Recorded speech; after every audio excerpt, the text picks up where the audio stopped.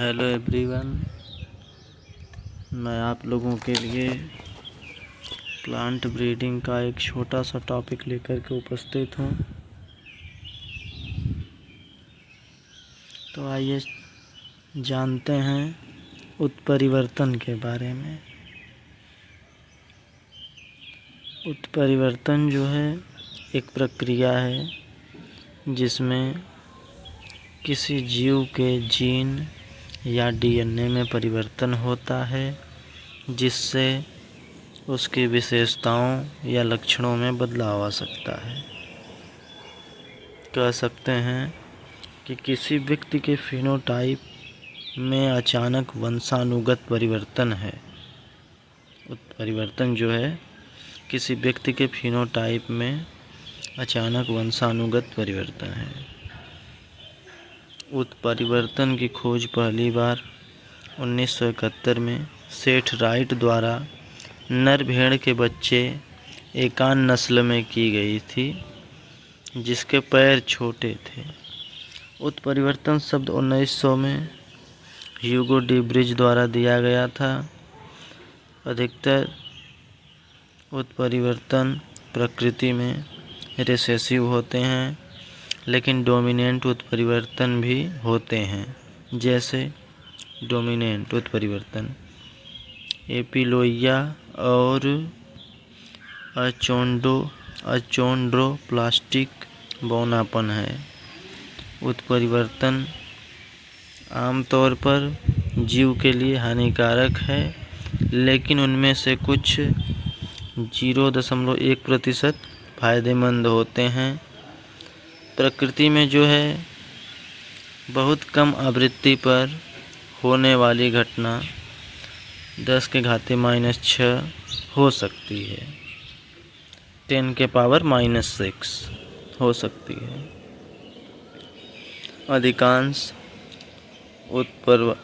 अधिकांश जो है उत्परिवर्ती एलील प्रकृति में प्लियोट्रोपिक होते हैं। उत्परिवर्तन आवर्तक होते हैं। ये यादृच्छिक भी हो सकते हैं, अर्थात किसी भी जीन में होते हैं। उत्परिवर्तन के लिए जिम्मेदार किसी भी भौतिक, रासायनिक और जैविक एजेंटों को उत्परिवर्तजन के रूप में जाना जाता है। उत्परिवर्ती इसके परिणाम स्वरूप किसी जीव में नया फिनोटाइप की उपस्थिति होती है और ऐसे जीव को उत्परिवर्ती के रूप में जाना जाता है। उत्परिवर्तनीय जीन एक जीन जो अन्य जीनों की तुलना में उत्परिवर्तन की उच्च दर प्रदर्शित करता है। उत्परिवर्तन का नेक्स्ट टॉपिक है उत्परिवर्तन का आणविक आधार। इसमें है आधार प्रतिस्थापन।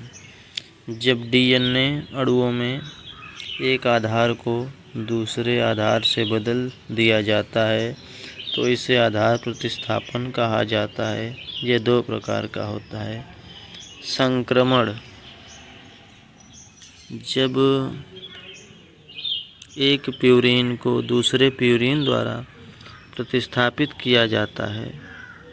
उदाहरण के लिए एडेनिन को गुआनिन या इसके विपरीत द्वारा प्रतिस्थापित किया जाता है। थाइमिन को साइटोसिन या इसके विपरीत द्वारा प्रतिस्थापित किया जाता है।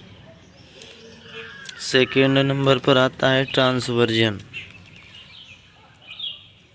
जब एक पायरीमिडीन को प्यूरिन द्वारा प्रतिस्थापित किया जाता है, ट्रांसवर्जन कहलाता है। उदाहरण के लिए थाइमिन या साइटोसिन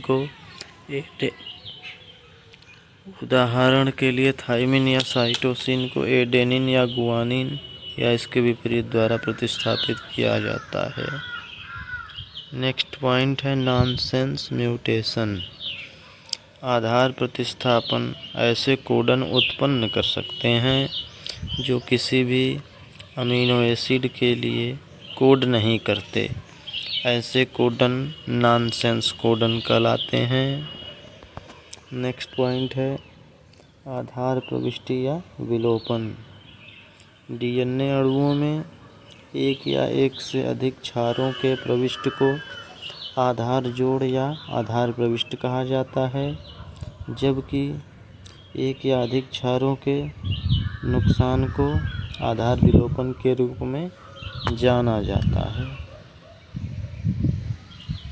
नेक्स्ट टॉपिक है फ्रेम शिफ्ट म्यूटेशन। आधार प्रविष्टि या विलोपन के कारण बाद के कोडन के पठन फ्रेम को स्थानांतरित कर दिया जाता है। एक फ्रेम शिफ्ट म्यूटेशन संबंधित प्रोटीन के सभी अमीनो एसिड को बदल देता है। आमतौर पर फ्रेम शिफ्ट म्यूटेशन द्वारा उत्पादित प्रोटीन गैर कार्यात्मक होते हैं। उत्परिवर्तजन एजेंट जो उत्परिवर्तन को प्रेरित करता है। एक एजेंट जो उत्परिवर्तन को प्रेरित करता है, ये भौतिक और रासायनिक उत्परिवर्ती हो सकता है। जो है भौतिक उत्परिवर्तन, रासायनिक उत्परिवर्तन, इसके विषय में अगले वीडियो में चर्चा की जाएगी। धन्यवाद।